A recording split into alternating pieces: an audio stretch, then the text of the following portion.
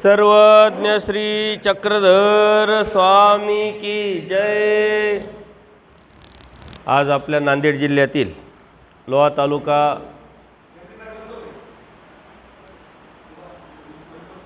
तील वाक्या गावामध्ये सत्संगाचं आयोजन केलेलं आहे।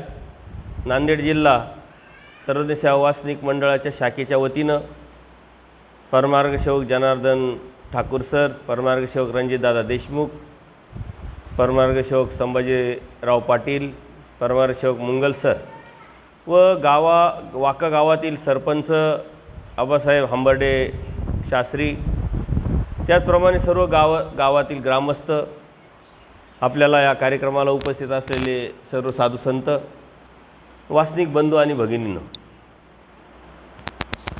खरं म्हणजे या गावात अगोदरही येण्याचा योग आला होता, परंतु त्यावेळेस सर्व सद्भक्त कोणी जमले नाही। आणि दरवर्षी नांदेड जिल्ह्यामध्ये श्री चक्र अवतार दिनाच्या निमित्ताने मी येत असतो आणि त्यावेळेस आपण त्या कार्यक्रमाला उपस्थिती लावत असतात।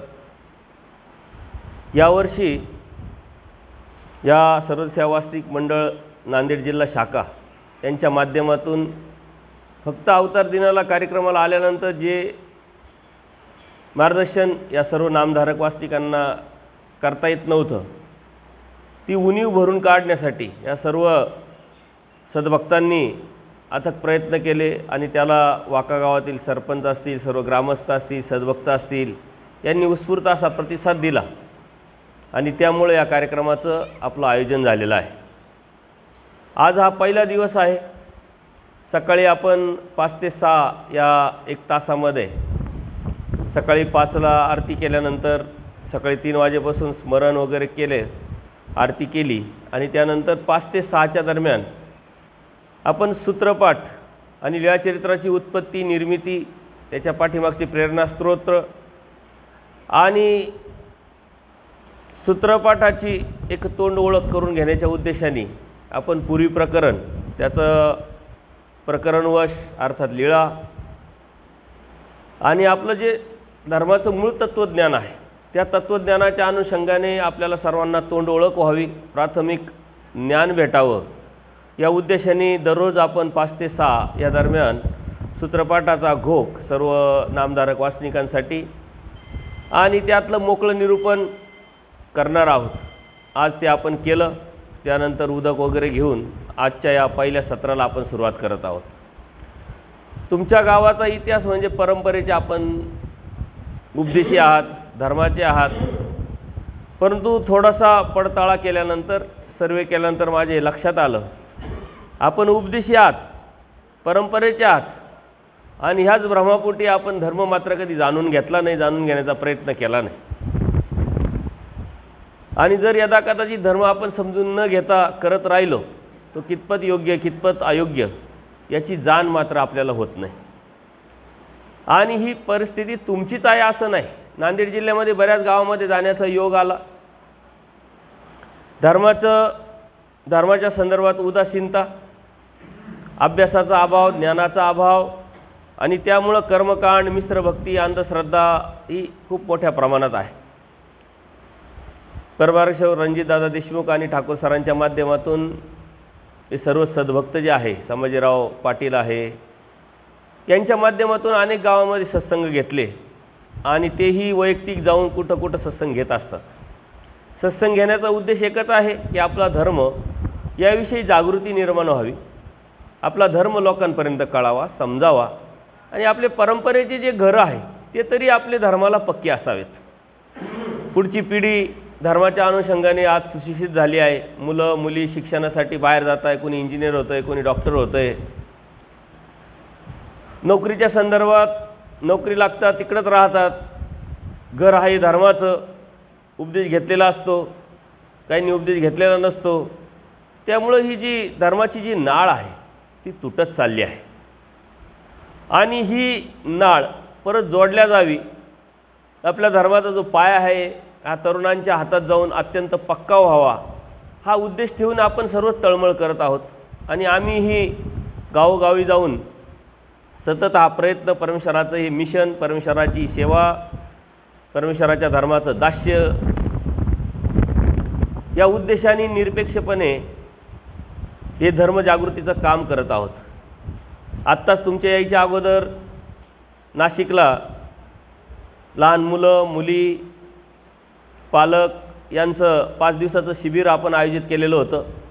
आणि त्या अगोदर जालना जिल्ह्यातील भोकरदन तालुक्यात चोरमारेवाडी येथे 3 दिवसाचा कार्यक्रम मी केला. नंतर 5 दिवसाचं शिबिर आयोजित केलं होतं. ते शिबिर आयोजित केलं. शेवटच्या दिवशी 5 तिथं दीक्षार्थी होते, ते दीक्षा झाली. आणि त्या दीक्षेमध्ये बरंचसं वेगळं पण होतं. सर्व 5च्या 5 दीक्षार्थी हे स्त्रिया होत्या, हे विशेष. त्यात 2 शिक्षिका होत्या, बाकीच्या आपल्या घर सांभाळणाऱ्या स्त्रिया होत्या.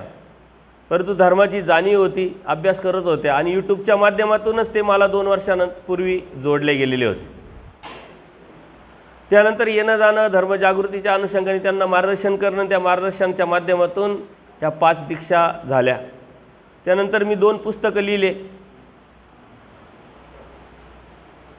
धर्मीय अधिकार नाही आणि परमेश्वर प्राप्तीचे दरवाजे अशा 2 पुस्तकांचं प्रकाशन केलं.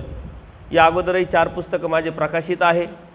साध्य साधना, धर्म एक चिंतन, भक्तिमार्ग, समज गैरसमज आणि मी बघितली नातनागाईस, हे आपल्यापर्यंत पोचले असतील. आणि हे 2 पुस्तकंही आपण मागू शकता.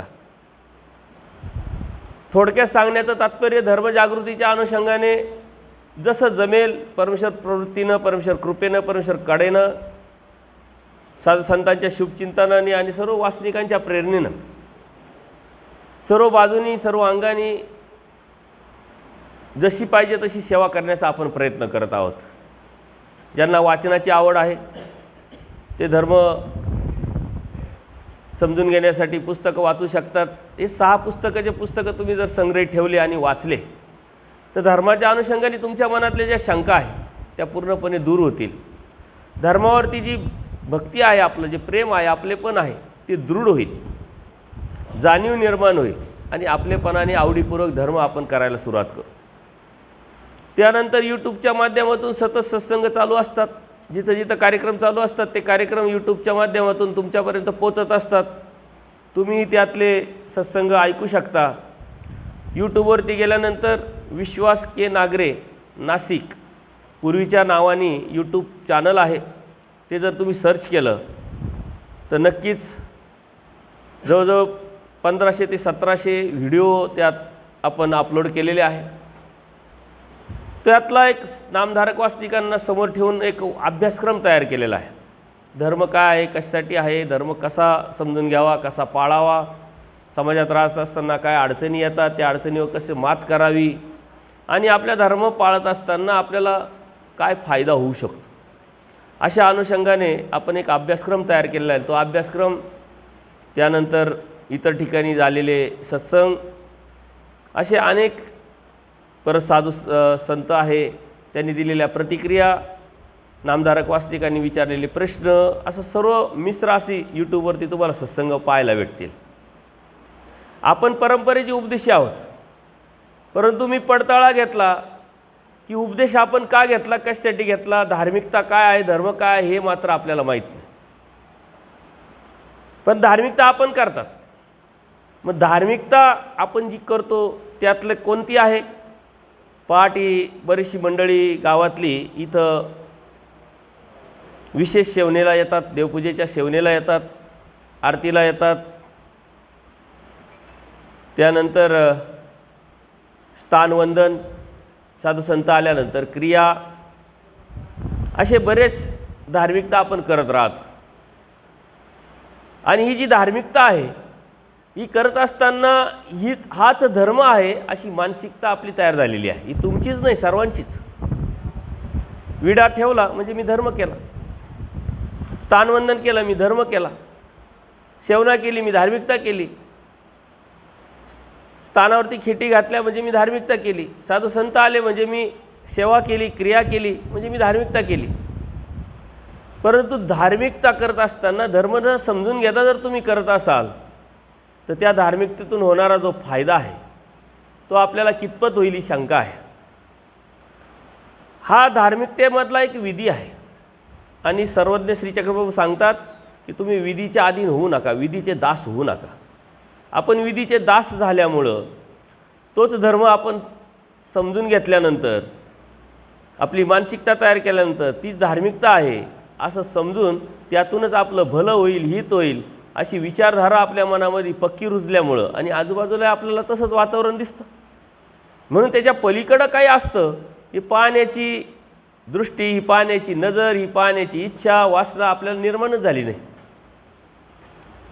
आता तसं बघितलं तर आपल्या गावात 95% उपदेशी लोक आहे असं तुम्हीच सांगितलं आम्हाला.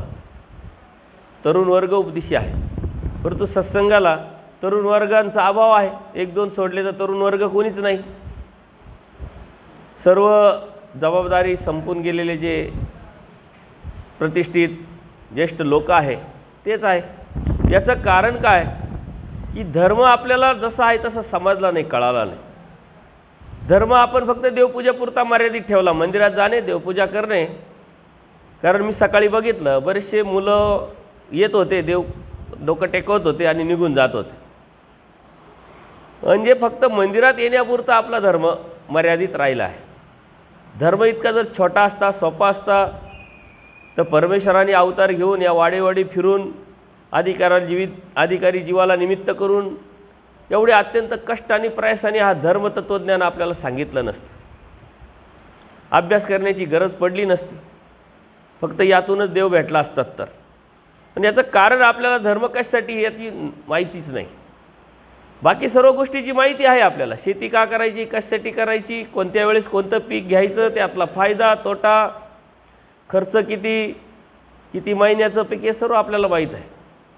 कौटुंबिक जीवनात जबाबदाऱ्या पार पाडत असतानासुद्धा आपण विचार करत असतो, घरामधलं नियोजन कसं करायचं, कोणत्या मुलीला कोणतं शिक्षण द्यायचं, मुलाला कोणतं शिक्षण द्यायचं, वेळ आली, वयात आले त्यांचं लग्न कसं करायचं, कुठं करायचं, कसं करायचं, कशा पद्धतीनं करायचं, त्याचं सर्व नियोजन आपल्याकडं आहे. परंतु धर्माच्या अनुषंगाने आपल्या होणारं हित याचं नियोजन मात्र आपल्याकडनं. याच्या पाठीमागं एकच कारण आहे, अज्ञान. आणि अज्ञानाच्या पाठीमागं आहे आम्हीच साधू संत. हे मी स्पष्ट करतो, ही खंत आहे, हे दुःख आहे. कारण तुम्ही सांगतात की एवढं मोठं गाव आहे, याचा अर्थ साधू संत भरपूर येतात पण कोणी काही ज्ञान सांगितलं नाही, तुम्ही काही विचारलं नाही, तुम्ही काही घेतलं नाही, कोणी शिकवलं नाही. मग साधू संत आल्यानंतर मग कशासाठी साधू संत येतात? काहीतरी क्रिया व्हावी, काहीतरी भेटावं. मग तुम्ही शेतकरी वर्ग आहे, धान्याच्या वेळेस धान्य देतात, पंक्तीच्या वेळेस पंक्ती देतात, क्रियेच्या वेळेस क्रिया करतात. कुठं कार्यक्रम दिसला तर त्याला योगदान आपलं काहीतरी, फुल नाही फुलाची पाकळी असावी अशी म्हणून सेवा पण देतात. त्यासाठी साधू संत येतात. पण साधू संतांचं एक कर्तव्य आहे की ह्या गावात आल्यानंतर ह्या गावातून मी काही घेऊन जात आहे, पिढ्यानपिढ्या मला ते भेटत आहे, तर ह्या गावातली धर्माच्या अनुषंगाने परिस्थिती काय आहे, ते काय अभ्यास करतात की नाही, धर्माला जाणून घेतात की नाही, नवीन पिढी उपदेशी आहे की नाही, घरामध्ये कोण उपदेशी आहे, कोण उपदेशी नाही, देवपूजा कशी करतात, देवपूजेला काय समजतात, सेवा करणं म्हणजे काय, सेवना करणं म्हणजे काय, स्मरण करताना नामं जे आहे ते योग्य घेतात की नाही. कारण सकाळी एक व्यक्ती आली होती, अचानक त्यांना म्हटलं तुमचे नामं पाठ आहे का? म्हणे पाठ आहे. म्हटलं सांगा तिसरं नाम, तर सांगता आलं नाही. याचा अर्थ आता या 7 दिवसामध्ये तुमचे नामं पण मी पाठ आहे की नाही विचारणार, मी कधी कोणाला बोलावणार, विचारणार, कारण सारेच उपदेशी आहे. जर अशी परिस्थिती जर आपली असेल आणि आपल्या पुढच्या पिढीची अशी परिस्थिती असेल तर धर्म टिकेल का? धर्म राहील का? पूर्वजांनी तुमच्यापर्यंत धर्म आणला हे तुमचं भाग्य आहे. पूर्वकर्मात काहीतरी जोड आहे म्हणून धर्म तुम्हाला भेटला हे तुमचं भाग्य आहे. परंतु टिकवायचं काम, त्यातून आपल्याला फायदा मिळवायचं काम हे सर्वस्वी आपलं आहे. म्हणून उपदेश घेणं म्हणजे काय, कशासाठी उपदेश घ्यायचा? अन्य लोकही धार्मिकता करतात. तुमच्या गावामध्ये अन्य मंदिरं पण आहे, मी बघितले. तिथंही कोणीतरी जाणारं आहे, तेही धार्मिकता करतात, आपणही धार्मिकता करतो. मग त्यांच्या धार्मिकतेतला आणि आपल्या धार्मिकतेतला नेमका फरक काय? त्यांना काय भेटणार आहे, काय भेटणार नाही, आपल्याला काय भेटणार आहे, काय भेटणार नाही, यातली समज जर आपल्याला कळाली, लक्षात आली, तर धर्माच्या प्रती चिकित्सा आपण ठेवू. तुम्हाला आवडी आहे, त्या आवडीपर्यंत तुम्ही दररोज मंदिरात येणं आहे, देव करणं आहे, साधू संत आहे त्यांची सेवा करणं आहे, हे करतात, संस्कार पण आहे. पण ज्ञानाची जोड नसल्यामुळं, चिकित्सेची जोड नसल्यामुळं ती आवडी आणि तो संस्कार हा टिकेल याची गॅरंटी नाही, ती व्यवस्थित होईल याची गॅरंटी नाही. भावना आहे तुमची, तळमळ आहे, धडपड आहे, हे मी बघितलं, परंतु ज्ञानाची जोड नाही, चिकित्सा नाही, प्रश्न विचारण्याची ताकद नाही, इच्छा नाही, उदासीनता, त्यामुळं लक्षात काहीच येत नाही. मग करायचं म्हणून करायचं, या करायचं म्हणून करण्यातून काही भेटत नाही. जर तुम्ही शेती करायची म्हणून केली तर होईल का? काहीच होत. त्यालाही ज्ञान लागतं, नियोजन लागतं. या बाया स्वयंपाक करतात, त्यालाही ज्ञान लागतं, मीठ किती टाकायचं, मिरची किती टाकायची, तेल किती टाकायचं, तेव्हा भाजी तयार होते. प्रत्येक गोष्टीला जर ज्ञान लागतं तर धर्म ज्ञानाशिवाय कसं असू शकतं? म्हणून आपल्या धर्माचं मूळ तत्त्व तुम्हाला समजून घ्यावं लागेल. आपल्या धर्माचं मूळ तत्त्व काय? आपला धर्म म्हणजे हिंदू धर्म. हिंदू धर्माचं मूळ तत्त्व काय? पुनर्जन्म. जन्माला आलेला मनुष्य मरतो, मेलेला मनुष्य जन्माला येतो. हे सारखं चालू आहे राडगाडं. मग आपण जन्माला येऊन करतो काय? कर्म करतो. प्रापंचिक संसार, जबाबदाऱ्या हे पार पाडत असताना कर्म करतो. आणि ह्या कर्मामध्ये कितीतरी अनिष्ट कर्म करत असतो आपण, असंत कर्म करत असतो. शेती करताना हिंसा करतो, प्रपंच करताना, संसार करताना कोणाचे तरी मन दुखवतो, भांडणं करतो, वाद करतो, व्यवहार घाण करतो. हे असंत कर्म आपल्याला भोगावं लागतात आणि ते भोगण्यासाठी नरकात जात असतो. मग नरक हे कोणते आहे? आपण आता शेतकरी आहे, खेड्यातले माणसं आहे, आपल्याला सर्व प्राणी दिसतात. इथं गाय आहे, म्हैस आहे, डुक्कर आहे, अनेक प्राणी दिसतात. शास्त्रामध्ये 84 लाख योनी सांगितलेली आहे. ज्यांनी ज्यांनी हातात गाठ्या घेतलेल्या त्या गाठ्या खिशात ठेवून द्या आणि ऐकण्याचं काम करा. एकाच वेळेस एकच काम करा. तुम्ही स्मरण करता की ऐकता? जीव हा एका वेळेस एकच काम करेल, एक तर स्मरण करेल, नाही तर ऐकेल. तुम्ही गाठी ओढायचं काम चालू आणि ऐकायचं काम चालू, नेमकं काय करता सांगा बरं? गाठी ठेवून द्या. आई, तुमच्याकडे काय अर्जुनासारखी शक्ती आहे का? कोणीकडे लक्ष राहत आहे, दोन्हीकडे लक्ष राहत आहे? शास्त्र सांगतं जीव हा एकादी आहे, एका वेळेस एकच काम करेल. शास्त्र सांगतं, ते शास्त्र कोणी सांगितलं आहे? परमेश्वराने. मग आता परमेश्वराचं शास्त्र तुम्ही खोटं ठरवताय का? आमचं दोन्हीकडे लक्ष राहत आहे. तुमचं दोन्हीकडे नाही, 10 जणीकडे लक्ष आहे. तुम्ही इथं आहे ना, तरी नातू काय करतोय? नात उठली का नाही? सुनानी झाडलंय का नाही? स्वयंपाक करती का नाही? किती करती? कोणती भाजी करती? किती लक्ष आहे तुमचं? बाबाचं किती वेळ चाललं, आता कधी संपल? असे तर लय वेळा बाबा आले, त्यांनी फक्त क्रियाच करायला लावली, बाकीचं काही डोक्याला ताण नाही दिलं. हे बाबा तर नुसते प्रश्नच विचारित आहे का नाही? एका वेळेस तुम्ही 10 कामं करतात. याला आपण मराठीत काय म्हणतो? एकना धड भाराभर चिंध्या. कोणतीही गोष्ट एकाग्र चित्ताने, शांतपणे, स्वस्थतेने जर बघितली, ऐकली तर तुम्हाला डोक्यात घुसेल. म्हणून हे ऐकायचं तर कसं ऐकायचं? पूर्णपणे तुमचे डोळे माझ्याकडे असले पाहिजे, ताटमानेने बसले पाहिजे. डोळे जेव्हा पूर्णपणे माझ्याकडे बघतील तेव्हा तुमचं मन एकाग्र होईल. मन एकाग्र होईल तेव्हा तुमच्या डोक्यात काहीतरी घुसल. इकडं पाहणं, तिकडं पाहणं, डोक्यात काहीतरी येत राहणं. त्याच्यामुळे दोन्हीकडे आई लक्ष देता येत नाही. हा, घरी देता येतं, गाठी चालू असती, पोरांकडे लक्ष देता येतं. गाठी चालू असती, झोळी बी ओढता येते. गाठी चालू असती, म्हाताऱ्याला ओढता येतं. गाठी चालू असते, गाईला पाणी पाजलं का, चारा टाकला काही सांगता येतं. ते प्रापंचिक कर्म वेगळे आणि आध्यात्मिक कर्म वेगळे. हे तत्त्वज्ञान आहे, यादृशशास्त्र आहे, परमेश्वराचं शास्त्र आहे, ब्रह्मविद्याशास्त्र आहे, सर्वश्रेष्ठ शास्त्र आहे. आणि मी तुम्हाला अत्यंत सोप्या सोप्या गोष्टीत सांगतोय, तुमच्या लक्षात येतं आहे. मी काही खूप मोठं सांगत नाही तत्त्वज्ञान. हे ऑलरेडी तुम्हाला सांगण्याची वेळ यावी, हेच सर्वात मोठं दुःख आहे. कारण तुम्ही परंपरेचे उपदेशी आहात. आता तुम्ही जर सांगितलं तर प्रत्येकाला 30 वर्ष, 25 वर्ष, 40 वर्ष असेच झाले उपदेशाला, एकही याच्या खाली नाही आहे. आणि हे सांगताना हे मूळ तत्त्वज्ञान मी सांगतोय. आपण परमेश्वराने या सृष्टीमध्ये का अवतार घेतला, कशासाठी घेतला, तर हे सांगण्यासाठीच घेतला आहे. आणि हे काय सांगितलं आहे का तुला जन्ममृत्यूचा रोग लागलेला आहे. तू जन्माला येतो, कर्म करतो, नरक भोगायला जातो, नरक संपले का परत जन्माला येतो, परत कर्म करतो, परत नरक भोगायला जातो. आणि हे नरक म्हणजे साधे सोपे नाही आहे. आपण मानव जन्मात असताना आता ही ऊन आहे बघा किती तुमच्याकडं, आता दुपारी जसं जसं तापेल तसं ते ऊन पडल्यानंतर आपल्याला त्रास होतो, ते सुद्धा सहन करता येत नाही आपल्याला. मग आपण काय करतो, कूलर लावतो, फॅन लावतो, खिडकीच्या बाजूला बसतो, काहीतरी प्रयत्न करतो की नाही. आपण आता मानव जन्मात आहे म्हणून आपण त्याच्यासाठी सुख मिळवण्याचा प्रयत्न करतो. म्हणजे प्राणी काय करतील, हे झाडं काय करतील, हे स्थावर नरक दुःखच दुःख असतं. त्याच्याकडे बघितल्यानंतर आपल्याला कळालं पाहिजे की आपण कधीतरी यात गेलो होतो, अरे धर्म जर नीट सांभाळला नाही तर परत यात जाऊ. ते दुःखच दुःख, आपल्याला ते नको जर पाहिजे असेल तर धर्म समजून घ्यावा लागेल.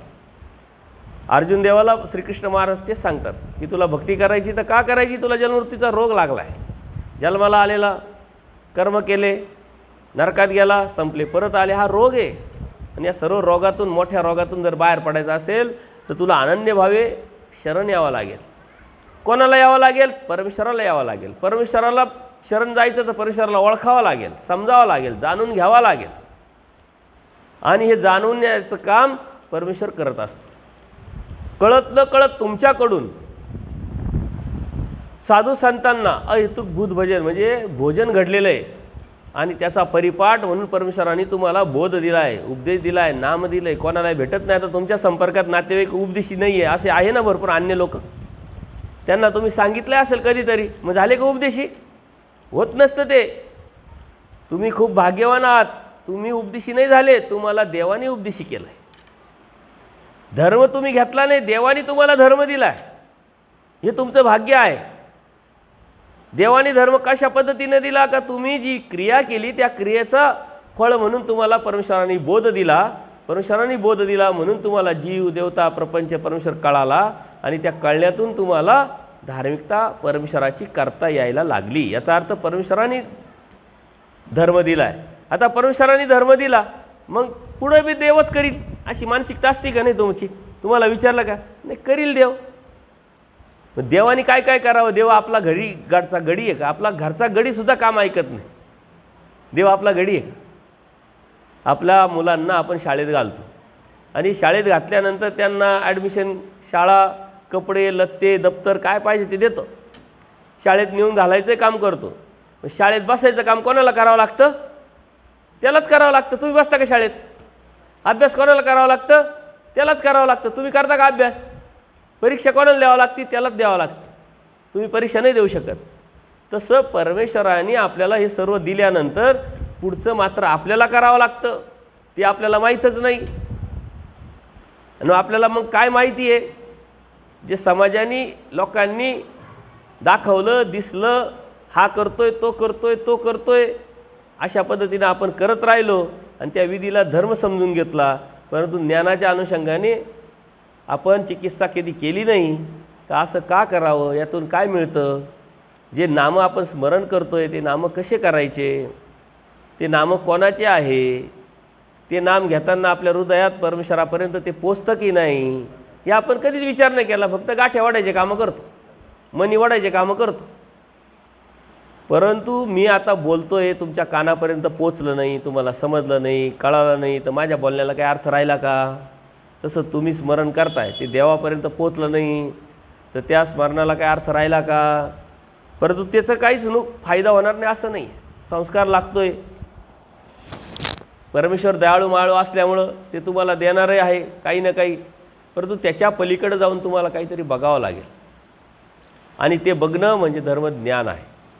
परमेश्वराने आपल्या जन्ममृत्यूच्या फेऱ्यातून काढण्यासाठी अवतार घेऊन आपल्याला बोध दिला आणि तो बोध झाल्यानंतर राडगाडीच्या दृष्टीतून आपल्याला ते समजूनही सांगितलं. तुमच्याकडे विहिरी होत्या बघा, पूर्वी मोठी असायच्या. आता तुम्ही सर्व वयस्कर मंडळी, त्याच्यामुळे तुम्हाला मोठं माहिती आहे. पूर्वी इलेक्ट्रिक मोटरी नव्हत्या, ती जायची, भरायची, खाली व्हायची, वरती येऊन हे सारखं चालायचं. तसं आपण खाली येतो जन्माला, कर्माची मोठ भरतो आणि नरकात जाऊन ओततो, ते संपलं का परत भरायला येतो, हे सारखं चालू आहे. आणि परमेश्वर आपल्याला सतत संधी पण देतात. प्रत्येक सृष्टीमध्ये आपल्याला बोध देतात, जाणीव करून देतात, धर्माची ओळख करून देतात. परंतु आपण अज्ञान असल्यामुळं पुन्हा पुन्हा जन्ममृत्यूच्या फेऱ्यात अडकतो, दुःखात जातो. त्या परमेश्वराला आपल्याला ते दुःख पावत नाही, परत आपल्याला ते जन्माला घालतात. आणि म्हणून लगेच जन्माला घालत असतील तर फायदा आहे, परंतु जन्माला मनुष्य जन्मात येण्याच्या अगोदर आपल्याला कितीतरी फिरून यावं लागतं, कितीतरी नरकातून जाऊन फिरून यावं लागतं, दुःख घेत घेत सण करत करत संपल्यानंतर यावं लागतं. त्याची जाणीव करून जर घेतली तर आपल्याला धर्माविषयी आवड निर्माण होईल, परमेश्वराविषयी आवड निर्माण होईल, स्मरणाविषयी आवड निर्माण होईल. तुम्ही दररोज सकाळी येतात, सेवना करतात. का सेवना करतात? कोणाची सेवना करतात? कशाची सेवना करतात? कोणी सांगितलं? देवाने सांगितलं, साधू संतांनी सांगितलं. सेवना करणं म्हणजे काय काय माहिती? कधी विचारलं तुम्ही? सेवना करतोय बाबा, का करतो सेवना आम्ही? ते परमेश्वर आहे का? परमेश्वराने हे विशेष दिले, ते सेवना करण्यासाठी दिले, वंदन करण्यासाठी दिले का आपल्याला आचरण करण्यासाठी दिले का परमेश्वराची आठवण म्हणून एक साधन म्हणून दिले? जसं आता मी आता वाकागाव ऐकल्यानंतर सरांकडून, रणजितकडून माझ्या काही लक्षात येईन. ते म्हणे अहो तुम्ही येऊन गेलेले पण काही लक्षात आलं नाही माझ्या. मग मी इथं आलो तरी लक्षात आलं नाही. पण जेव्हा थोडी गाडी पुढं आली आणि मंदिर पाहिलं, अरे मी तर आलो होतो, येऊन गेलो, आठवण आली की नाही? पाहिल्यानंतर, मंदिर पाहिल्यानंतर मला आठवण आली का मी इथं आलो होतो. तसं त्या स्थानाला, त्या विशेषाला पाहिल्यानंतर देवाची आठवण येते. त्या आठवणीतून आपण देवाला आळवतो, प्रार्थना करतो. याच्यासाठी ते दिलेलं आहे, वंदन करण्यासाठी दिलेलं आहे. विशेष किंवा स्थान हे काही परमेश्वर नाही आहे, परमेश्वराने आपल्याला दिलेली एक वस्तू आहे, आपल्याला दिलेलं एक साधन आहे, आपल्याला दिलेलं परमेश्वरापर्यंत पोहोचण्यासाठी एक माध्यम आहे. तिथं परमेश्वराने दया, माया, कृपा, करुणा ही शक्ती सोडलेली आहे. परंतु मग कोणीच करू नये का? कोणी करावं? जो नवीन उपदेशी आहे, ज्याला अजून धर्माला दृढ झाला नाही, धर्माची आवड निर्माण झाली नाही, तो आल्यानंतर तो कशा उद्देशाने येतो? दृष्टपर. माझं लग्न व्हावं, मला घरदार बांधावं, मला नोकरी भेटावी, माझं पीक चांगलं यावं, या उद्देशाने येतो की नाही? या उद्देशाने धर्मात आल्यानंतर त्याची आवड निर्माण होण्यासाठी, त्याला समज निर्माण होण्यासाठी मग नवीन वर्षभर 2 वर्षभर सेवना केली, काय हरकत नाही. हे करत असताना त्यांनी ज्ञान घेतलं नाही आणि आयुष्यभर सेवनाच करत बसलं तर देव भेटणार आहे का? पुढं सरकायला लागेल नाही तुम्हाला. बरं, आता तुम्हाला सारं भेटलं, घर भेटलं, मुलं भेटले, लग्न झालं, सुना झाल्या, नातू झाले, नाती झाल्या, तरी तुम्ही दृष्ट परत नाही, या नाताईचंही लग्न झालं पाहिजे, नातीचंही लग्न झालं पाहिजे. अशाच भावनेनं तुम्ही धार्मिकता करत राहिले तर परमेश्वर भेटेल का? आपल्याला भक्ती का करायची आहे? या जन्ममृत्यूच्या फेऱ्यातून, रोगातून निघायचं आहे. याच्यासाठी नाही भक्ती करायची आपल्याला. पण तुम्ही म्हणाल मग याच्यासाठी भक्ती नाही करायची तर मग हे भेटेल कुठून? हे कर्मवश आहे, कर्माने आपल्याला भेटत असतं. तुम्ही जे पेरलं तेच उगवतं ना.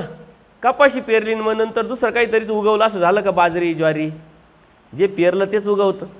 तसं आपल्या कर्माने, जे पूर्वकर्मात आपण जे कर्म केलेले आहे त्या कर्माने आपल्याला सर्व भेटतं. कनाशीला तुम्ही गेले असतील, तो कनाशीचा ब्राह्मण, देव त्याच्या घरी गेले, त्यांनी देवाची सेवा केली, दृष्टपर का होईनं, आणि आपण नुसते दृष्टपरच सेवा करतो.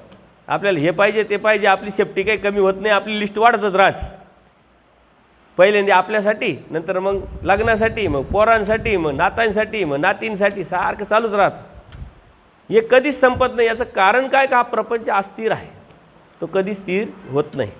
या अस्थिर प्रपंच तुम्ही स्थिरतेकडे नेण्यासाठी प्रयत्न करतात. तुम्हाला काय वाटतं? घर झालं मग बास झालं. मग घर झालं म्हणजे मग काय? गाडी पाहिजे, मग पोराला नोकरी पाहिजे, मग पोराला छोकरी पाहिजे, मग नातू पाहिजे, मग नात पाहिजे. त्याच्यानंतर मग मला यांनी नीट सांभाळलंही पाहिजे, वेळेवर विचारलंही पाहिजे, वेळेवर चाय दिला पाहिजे, जेवणही दिलं पाहिजे. या अपेक्षा आपल्याला मरेपर्यंत सुटत नाही. आणि अपेक्षेने केलेले जे कर्म, परमेश्वर काय म्हणतात? ते दुःखाला कारण आहे आणि पापाला मूळ आहे. कारण आपण कर्म करतो आणि त्या कर्म करताना अनेक वाईट कर्म जोडत असतो.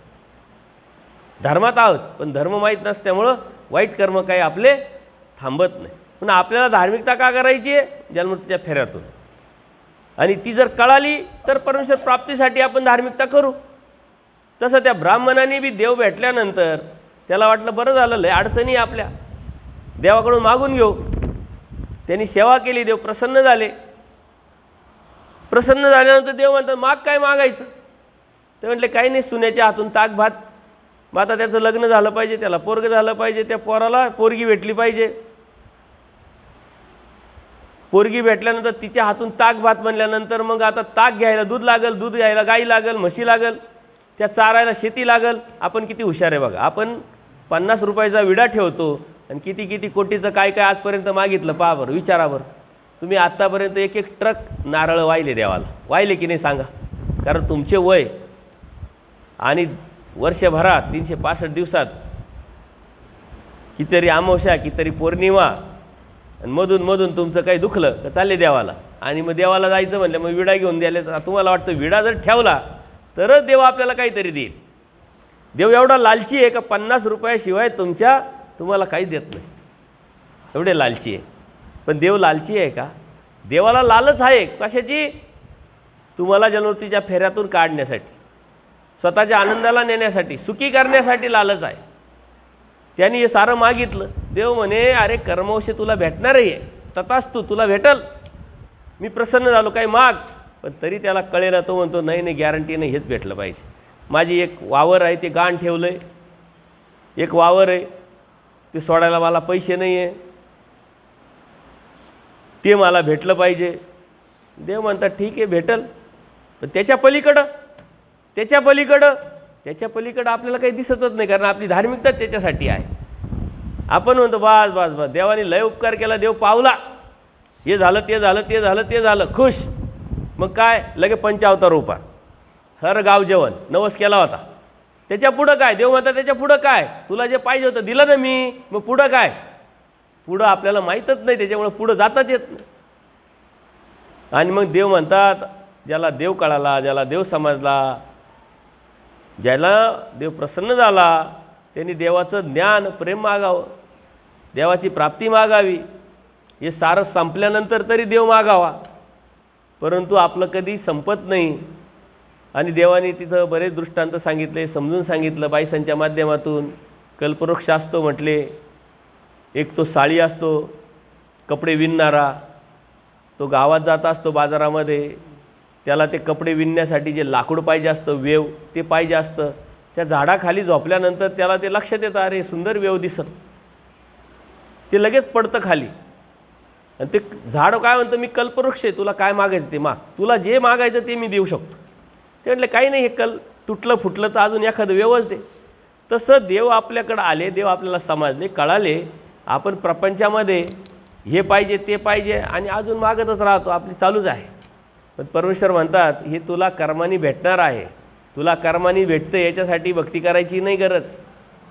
ते मिळवायचं असेल तर विडे व्हायचे, पण देव मिळवायचा असेल तर विडे व्हायची गरज. ते मिळवायचं असेल तर सेवना करायची गरज आहे, परंतु देव मिळवायचा असेल तर सेवना करायची गरज नाही. मग करायचं काय? देवाने जे सांगितलं ते करायचं. आणि आपण ते न लक्षात आल्यामुळं अधिक गुरफटत जातो. आपली गाय असते बघा, आपण खुट्याला बांधतो, ती सुटण्यासाठी प्रयत्न करते का नाही?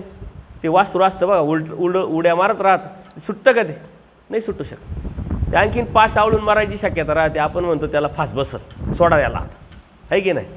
तसं आपणही परमेश्वर प्राप्तीच्या अनुषंगाने हे करतो ते करतो, अधिक कर्म जोडतो आणि त्या कर्मातून अधिक नरक जोडत असतो. हे धर्मात आहे आपण. परंतु धर्म कशासाठी हे माहीत नसल्यामुळं अधिक दुःख जोडत असतो. या दुःखातून निघण्यासाठी आपल्याला धर्म करायचा आहे, धार्मिकता करायची आहे. आणि ती परमेश्वराने आपल्याला दिलेली आहे. आपण भाग्यवान आहोत.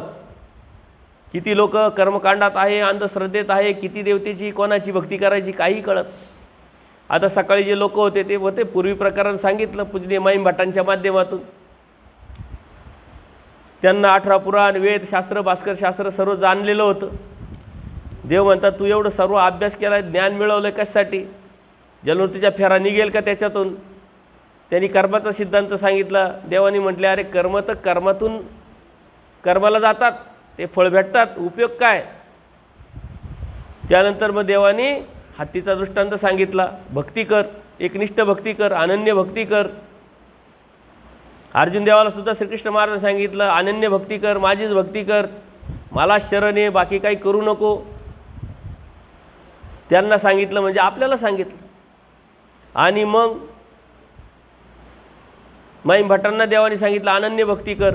म्हणजे आम्ही करतो भक्ती, याची करतो त्याची करतो. मग हत्तीचा दृष्टांत सांगितला. या हत्तीच्या दृष्टांतातून परमेश्वराने सांगितलं की या देवी देवता या आहे, या सर्व परमेश्वराच्या शक्ती आहे, त्या माझ्या सेवेकरी आहे. ती सेवा कोणाची, ती शक्ती कोणाला वापरायची, या ब्रह्मांडासाठी, ब्रह्मांड चालवण्यासाठी. ज्याच्या अध्यक्षतेखाली जो परमेश्वर आहे, त्या परमेश्वराच्या अध्यक्षतेत चराचर सृष्टी चालू आहे, तो परमेश्वर, त्याला शरण जावं लागेल. आणि मग माईंभाटांना बोध झाला आणि परमेश्वराला ते शरण येऊन अनुसरले. त्यांनी लीळाचरित्र मराठीतला आद्यग्रंथ लिहिला आणि ते आपल्यापर्यंत पोचलं. तत्त्वज्ञान परमेश्वराचं खूप आहे, परंतु सर्वसाधारण गोष्टी आपण समजून घेतल्या पाहिजे. धर्म काय आणि धर्म कशात आहे, धार्मिकता का करावी, कशासाठी करावी, हा जो विधी आहे हा धर्म आहे का विधी आहे, त्यातून काय होणारा फायदा आहे. आपण त्यात अडकलो तेच आयुष्यभर जर केलं तर मला देव खरंच भेटेल का नाही भेटेल. परमेश्वर प्राप्तीसाठी हा विधी करण्याची गरज आहे की नाही करायचं. विधी करता करता आपण अविधी करतो, त्यातून दोष जोडतो आणि त्या दोषातून परत नरकाला जात असतो. हे राडगाडं सारखं चालू आहे. त्यातून निघण्यासाठी परमेश्वराचं ज्ञान आपल्याला अत्यावश्यक आहे. मग ते ज्ञान कोणतं, ते ज्ञान आपल्या जीवनातल्या शुद्धीकरणाचं, ते ज्ञान आपल्या विचाराचं, आचाराचं. तुम्हाला वाटतं साधू संतांनी चांगलं वागावं, साधू संतांनीच आचार करावा, मग तुम्ही काय करावं, तुम्ही शेजारच्याचे बांध करायचे का, तुम्ही काय करायचे, तुम्ही याला त्याला नावं ठेवायचे, याला त्याला शिव्या द्यायच्या, भावंडांना भांडण करत बसायचं, सुनांना त्रास द्यायचा, सुनांनी सासायला त्रास द्यायचा, हे करायचं का. परमेश्वराने सांगितलं की धर्म काय आहे. धर्म तुम्ही कसे वागता, कसे बसता, कसे बोलता, कसं राहता, ते धर्म आहे. तुमची विचार करण्याची पद्धत कशी आहे, तो धर्म आहे. आणि त्या विचारावरती तुम्हाला परमेश्वर प्राप्त होणार आहे. 3 मजूर असतात, 3 मजूर. ते मजूर एका बिल्डिंग बांधकामावरती बिगारी म्हणून काम करतात. आता काम करत असताना एक मनुष्य शेजारून जात असतो, त्याला सहजच विचारावं असं वाटलं, काही लोक काय करतात बघू आपण, विचारू म्हटले. त्यांनी एकाला विचारलं, तू काय करतो म्हणे. म्हणे काही नाही, इकडूनच्या विटा तिकडं ठेवतो. त्याला काम सांगितलं असेल मालकाने, या विटा उचल आणि तिकडं ठेव. त्यांनी तेच सांगितलं जे आहे ते. दुसऱ्याला तोच प्रश्न विचारला, तू काय करतोय. म्हणे काही नाही, 500 रुपये रोज आहे, तो रोज मिळवायला आलो म्हणे, मी पैशासाठी आलो. आता पहिल्याला पैसेच भेटणार आहे, परंतु त्यांनी काय सांगितलं, याला पैसे भेटणारच आहे तेच काम करून. पण यांनी काय सांगितलं, तिसऱ्याला विचारलं, तू काय करतोय. म्हणे बिल्डिंगच मी बांधतोय म्हटले. बोला काय बोलायचं म्हणे, काम एकच आहे, उत्तर तिघांचे वेगवेगळे आहे. आणि पुढे जाऊन जे मोठे झाले लोक, ते बघितलं गेलं, ज्यांनी पहिलं सांगितलं होतं ना मी विटा उचलून ते होतोय, तो आयुष्यावर बिगारीच काम करतोय. कारण तो काम करतोय, आपण जन्माला आला याला पाणी वाहता वाहता मेला, कामच करतोय तो. दुसरा जो आहे 500 रुपये रोजाचा, त्यांनी काय केलं, शहरात गेला, नोकरीला लागला, 1000 रुपये रोज कमवायला लागला, 700 रुपये कमवायला लागला, पैसे वाढवले. कारण त्याचा उद्देश पैसे कमवणं होतं, याचा उद्देश फक्त काम करायचं होतं, पाट्या टाकायच्या, दिवस काढायचे. तिसऱ्याचा उद्देश काय होता, तर मला मोठं व्हायचं आहे, ती महत्त्वाकांक्षा होती, स्वप्न होतं. म्हणून तो काम करता करता शिकतही होता, कशी वीट बांधतात, कसे बांधकाम करतात, कसं काय करतात, आणि पुढे जाऊन तो मोठा बिल्डर होतो. तुम्ही कोणत्या हेतूने धार्मिकता करताय त्यानुसार तुम्हाला काय ते भेटायचं आहे. आम्ही म्हणलं तुम्ही उपदेश घेतला का, उपदेश घेतला काही नाही, सांसारिक फळं मिळावे.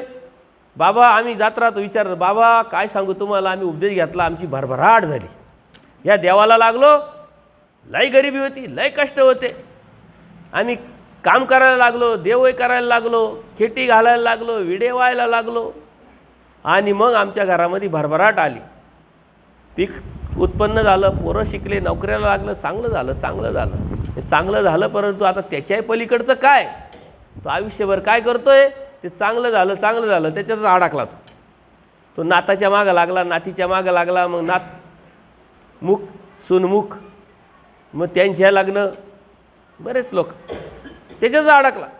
दुसरा हेतू काय असतो, काहीतरी लाभ झाला पाहिजे.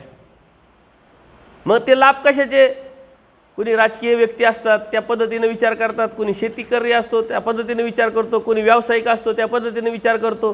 तुम्ही करतात घरामध्ये पारायण करतात की नाही साधू संतांना बोलून? सर्वच करत असतील पारायण. वर्षातून एकदा पारायण करायचे. आम्ही सांगेल तुमची काही चुकी नाही.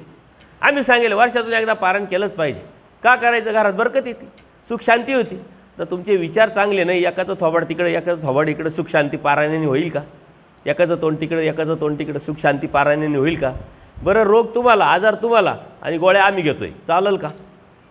मग तसंच आहे ना, घरात तुमची अडचण आहे, पारायण आम्ही करतोय, तुम्ही आम्हाला कामाला लावून टाकलं आहे. एकदा झालं पाहिजे, एकदा केलंच पाहिजे.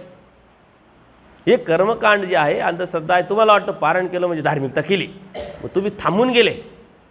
धर्म हा आचाराशी निगडीत आहे. त्याच्यातून लाभ मिळवायचा प्रयत्न केला, अधिक पैशाच्या मागं लागला आणि श्रीमंत व्हायला लागला. तिसरा काय वाळतो? तिसरा म्हणतो अरे मला देव भेटला, देव समजला, मला देव मिळवायचा. त्या उद्देशाने तो निघतो आणि मग त्याची वाटचाल प्रतिकारणता वाढत राहते. तो अभ्यास करतो, यूट्यूबवरती जातो, शास्त्र ऐकतो, साधू संतांना प्रश्न विचारतो. या फंदातून तो बाहेर पडतो आणि ज्ञानाच्या बाजूने मग पुस्तकं घेतो. लीळाचरित्र घ्या, सूत्रपाठ घ्या, भगवद्गीता घ्या. तुमच्याकडे लीळाचरित्रही नाही, सूत्रपाठही नाही. याचा अर्थ तुमच्या घरात देवच नाही आहे. देवपूजा आहे पण देव नाही. देव असणं म्हणजे काय? ज्ञान असतं. देव असणं म्हणजे काय? आचार असतं. देव असणं म्हणजे काय? समज असतं, त्यातलं नॉलेज असतं, करण्याची पद्धत असणं. आणि देवपूजा हा विषय वेगळा आणि देव विषय वेगळा. तुम्हाला देव पाहिजे का देवपूजा पाहिजे? देवपूजा भेटलीच आहे तुम्हाला आणि त्यातून मग दररोज तुमचं चालूच आहे, हे मिळवायचं, ते मिळवायचं, ते मिळवायचं. मला सांगत राहतात लोक, बाबा काय सांगू तुम्हाला, लय गरिबी होती. नंतर एक आमच्याकडे बाबा आले, ते म्हणले रुद्धपूरला जा, विडा ठेवून ये. मी काय केलं म्हणे, एक विडा नाही नेला म्हणे, प्रत्येक स्थानावर एक विडा. मग 100-125 जेवढं स्थान आहे, विडेच विडे वाहिले म्हणे. घरी आलो, काय सांगू, श्रीमंती श्रीमंती. म्हणलं कशी काय श्रीमंती? पैशाचं झाड लागलं तर काही तुम्हाला डबुलं सापडलं? अहो कायच म्हणे, आमच्या इकडून रस्ता गेला म्हणे, आमच्या जमिनीतून सरकारचे पैसे भेटले, श्रीमंती श्रीमंती. आता ते विडे वाहिल्याने रस्ता गेला काय? ते होणारच होतं 2 दिवसांनी का 4 दिवसांनी. परंतु हे अज्ञानाचं लक्षण आहे. तुम्हाला देव भेटला कशासाठी भेटला आहे हे लक्षात येत नाही. देवाने तुम्हाला तुमचे विचार शुद्ध करण्यासाठी बोध दिला आहे. दुसऱ्याकडे चांगली पाहण्याची नजर, दुसऱ्याबरोबर चांगलं वागण्याची नजर, दृष्टी, यासाठी परमेश्वरांनी बोध दिला आहे, धर्म दिला आहे. आणि म्हणून धार्मिकता काय आहे, कशात आहे, आपण लक्षात घेतलं पाहिजे. लीळाचरित्राचं दररोज अभ्यास, वाचन, 2 लीळा 4 लीळा देवाने काय सांगितलं आहे, सूत्रपाठाचं पारायण काय सांगितलं आहे. तुम्ही पारायण करता, दत्तात्रय कवचाचं पारायण कोण कोण करता? हात वर करावर. तर ते करते नाही, त्या फांदातच पडते नाही. तुम्ही करता सर. आता दत्तात्रय कवचाचं पारायण हे कशासाठी करायचं, का करायचं, ते कोणी लिहिलं आहे आणि कोणत्या दत्तात्रयांचं लिहिलं आहे? कारण ते भृगऋषींनी लिहिलेलं आहे आणि ते 3मुखी दत्तात्रय त्या मूर्तीवरती त्यांनी वर्णन करून ते लिहिलेलं आहे. आता ते आपल्या इकडंच नाहीच आहे परमेश्वराचं, ते आपण का करावं पारायण? बरं, पारायण करायचं जातं रोज. त्याच्यातून तुम्ही आता तुमचा आटोपला कार्यक्रम, तुम्ही रिटायर होऊन कितीतरी दिवस झाले, तुम्हाला नॉलेज, अनुभव सर्व काही आहे. तुमचे मुलं आता व्यवस्थित आहे, सेटल्ड आहे, त्यांचे लग्न झाले, त्या नोकऱ्या सर्व झालं. आता त्याच्यात काय लिहिलेलं आहे आता रोज शेवटी धन धान्य अजून भूतबाधा. आता आपल्याला काय भूतबाधा लागणार आहे? आपण सारे जगाला लागलो. धनधान्य आता कवर मिळवायचं आहे आपल्याला. आपलं राहिलं काय? आपल्याला देव मिळवायचं. देव मिळवण्यासाठी आपल्याला ज्ञान लागेल. ज्ञान आहे सूत्रपाठात आणि तिथं जायचीच भानगड नाही. आपण आता सकाळी तुम्ही प्रोग्राम ठेवला होता गीता पारायण. ते बाबा म्हटले, हेच बाबा म्हटले 5-6 वर्षाहून गीता पारायण करतोय. परत आपले संभाजीराव पण म्हटले दादा 3 वर्षापासून करतोय. मग एखादा श्लोक, त्याची माहिती, त्याचं नॉलेज, त्याचा समज, त्याचं ते बोलायचं नाही. आमची गीता पाठ आहे परंतु सपाट आहे. पाठ आहे परंतु कळत काहीच नाही, समजत काहीच नाही. परमेश्वरांनी त्याच्याही पुढं परमेश्वरांनी अवतार घेतला, कलियुगात अवतार घेतला आणि त्या अवताराने तत्त्वज्ञान सांगितलं. मराठीचा अभिमान घेऊन मराठीत सांगितलं. ती आहे सूत्रपाठ. आणि तो सूत्रपाठ म्हणजे कलियुगाची भगवद्गीता आहे. ती जोपर्यंत तुम्ही हातात घेत नाही तोपर्यंत धर्मात तुम्ही आले नाही. जोपर्यंत वाचायला लागत नाही तोपर्यंत तुमच्याकडून धार्मिकता होत नाही. जोपर्यंत तुम्ही त्यातून काहीतरी घेत नाही, करायला सुरुवात करत नाही, तोपर्यंत तुम्ही धर्म स्वीकारलेला नाही. ही मानसिकता आहे, स्वीकारला आहे, घेतली, उपदेश घेतला आहे, उपदेश हे करताय म्हणून ते करताय, ते म्हणताय ते करताय, परंतु कसे का होईना परमेश्वराने तुम्हाला बोध दिला आहे हे काही कमी नाही, कारण ही कोणालाही भेटत नाही, आयऱ्यागायऱ्याचं काम नाही आहे. कितीतरी लोकसंख्या आहे मोठी, कोण किती कोणत्या देवतेची भक्ती करतंय, कर्मकांड करतंय तुम्हाला माहीत नाही. अंधश्रद्धा तुम्ही पेपर वाचतात, धर्माच्या नावाखाली भोंदूगिरी किती चालू आहे, लुबाडणारे लोक किती आहे, अन्य लोकांकडे आहे. अन्य लोकांकडे का आपल्याकडे नाही आहे का? मग तुमच्याकडे असतील, ज्योतिषशास्त्र पाहणारे, वास्तुशास्त्र पाहणारे, पारायण करणारे, तुम्ही हे करा ते करा मग तुम्हाला असं होईल तसं होईल हे सांगणारे. पण धर्म सांगितला का कोणी? तत्त्वज्ञान सांगितलं का कोणी? परमेश्वराने अवतार का घेतला, धार्मिकता का करायची, कोणती करायची, कशी करायची हे सांगणारे देवानी त्यांची भक्ती त्यांची संगत करायला लावली, त्यांचं ऐकायला लावलं. परंतु आपली भक्ती दृष्टपर असल्यामुळं आपण त्याच्या पलीकडे जात नाही, आणि मग आपली भक्ती ही सर्व अंदाजाने चालू असते. आपल्या डोक्यात काय असतं, इथं विडा ठेवतो पहिले आपल्या गावातल्या स्थानावर, म्हणजे मांडलिक स्थान आहे, तिथं नाही रिझल्ट भेटला तर मग तुम्ही कोणत्या स्थानावर जाता? तुम्ही गावात स्थान आहे नांदेडमध्ये भरपूर, मग त्या स्थानावर, तिथं नाही रिझल्ट भेटला का दुसऱ्या स्थानावर, मग तिसऱ्या स्थानावर, मग चौथा भेटतो, नाही नाही इथं जवळ आहे ना आपलं जिल्ह्यातल्या स्थानावर रिझल्ट नाही भेटला, तुम्हाला जायच्या देवाला जावं लागेल, रुद्रपूरला जावं लागेल, आहे की नाही? अशी अंदाजाने भक्ती चालू राहते. जसं आपल्या डोक्याला दुखलं आपण डॉक्टरकडे जातो, ते डॉक्टर गोळ्या औषध देतो, परंतु डोकं काही थांबत नाही, मग आपण मोठ्या डॉक्टरकडे जातो, मग तो आपलं काय करतो, चेकअप करतो, निदान करतो रोगाचं, आणि मग गोळ्या औषध देतो, मग रिझल्ट भेटतो. परंतु हे घेतलेलं आहे अगोदरचं, त्याचा वाईट साईड इफेक्ट तर होणार ना. तसं आहे परमेश्वर प्राप्तीच्या अनुषंगाने जेव्हा तुम्ही निघाल तेव्हा तो परमेश्वर तुम्हाला कुठं जाण्याची गरज नाही, तुमच्याकडे आहे परमेश्वर. नाम आहे म्हणजे परमेश्वर आहे, ज्ञान आहे म्हणजे परमेश्वर आहे, पण तुम्ही फिरता इकडं तिकडं तिकडं तिकडे. हे फिरण्यातून जे कर्म जोडले जातात ना ते तर तुम्हाला त्रासाला कारण आहे, आणि परत देवाविषयी आवडी निर्माण नाही होत. तर तुम्हाला इतके व्हिडिओ वाहिले, इतके देवदेव केले, इतके स्थानं केले, का असं होतं आहे, का असं होतं आहे, मी एवढी धार्मिकता केली असं का होतं आहे, तर ती योग्य नाही. योग्य रस्त्याने गेलं तर योग्य रस्त्याने गेल्यानंतर ती योग्य ठिकाणी पोचाल. म्हणून धर्म हा ज्ञानाचा आहे, अभ्यासाचा आहे, समजून घेण्याचा आहे, समजून घेऊन आचरण करण्याचा आहे. मग ते आचरण कोणतं, कसं करायचं? आता तुम्ही म्हटलं बाबा आम्ही तर सारे वयस्कर झालो, आता रिटायर झालो, आचरण काय करायचं आहे? लगेच काय होणार आहे बदल? लगेच बदल करू शकतो, फक्त तुम्हाला आस निर्माण झाली पाहिजे, तुमच्या विचारात बदल झाला पाहिजे, त्या विचारातून तुमच्या वागण्यात बोलण्यात बदल झाला पाहिजे, तुमच्या राहणीमानात बदल झाला पाहिजे, दुसऱ्याविषयी दृष्टी तुमची बदलली पाहिजे.